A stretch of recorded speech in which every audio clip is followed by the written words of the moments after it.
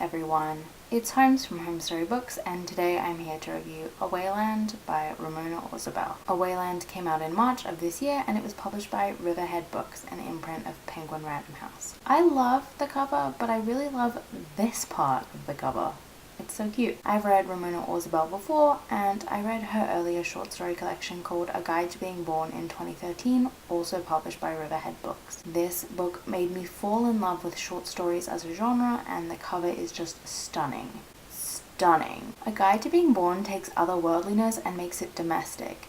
She takes sci-fi tropes and makes them suburban. It's about bodies and autonomy and surrealism and magical realism and sex. When I think about this collection, I can quite clearly picture some of the stories and I get shivers down my spine.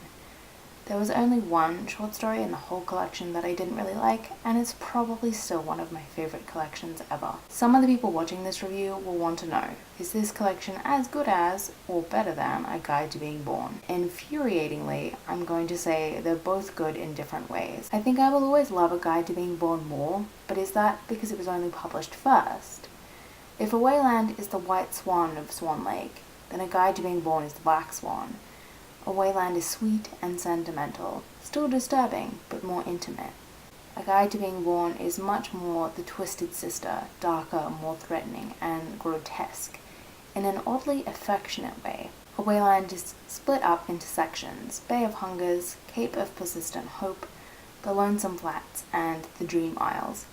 Interestingly, unlike most short story collections, Awayland isn't one of the names of the short stories in the book.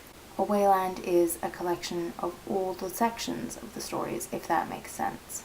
While I really like this creative choice, I felt some of the short stories had tenuous connections to their places. I wish I didn't read a short story and then wonder how it connected to its place or section. If I didn't have to worry about connecting them to something, I feel like I would have enjoyed these stories a lot more. I don't rate short story collections story by story. I've never really seen the appeal in doing that, honestly. I find that taking apart a work and speaking only about the sum of its parts and not the whole kind of defeats the purpose of it being a book. But that's just my personal preference when it comes to short story collections. If I did break it down that way, I'd have to get into a lot of further and better particulars, like I liked the voice of this story but not the premise, or I liked the premise but not the execution, and so on and so forth. I review books based on how they make me feel, their emotional pull, if you will. So I'm more of an overall vibe kind of girl. Having said that, I am, of course, going to tell you about the stories that I enjoyed and loved in this collection. It begins with a story about a Cyclops looking for love, and honestly, it's so funny. It's light while referencing caves and Vikings. It was such a strong start to the collection and made me want to keep reading. In short story collections, I feel like the first story is important. It sets the tone for your collection, and I think Ausubel and her team did that brilliantly. I loved the level of subtlety and craft in Motherland, which is about a woman who moves to Africa and falls pregnant. It's about power dynamics and language and has Ausubel's signature suburban skin crawl that she's so well known for.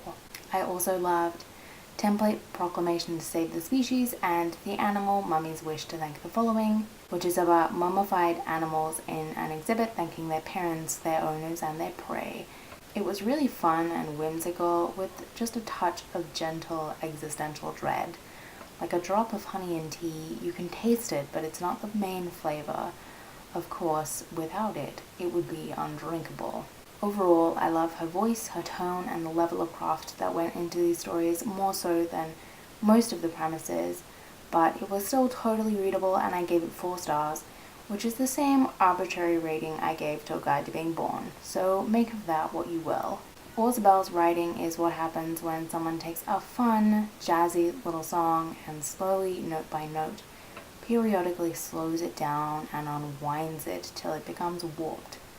Then all of a sudden it's back to normal and everything's fine. Her short stories poke at some big questions, but I love that they don't take you by the hand and lead you to them or even give you answers. They're just there, ever present, and partially answered by a flawed character. I heartily recommend this book, and if you've never read Ausubel before, I'd recommend starting with this book. This is something that I've grappled with because I love A Guide to Being Born. But I think if you're not accustomed to magical realism or weirdness, Awayland is the more domestic of the two collections. However, if you prefer weird, wonderful, and alarming, A Guide to Being Born is the way to go. I love Ausubel's writing, and the more I read of her, the more I want to read her other works.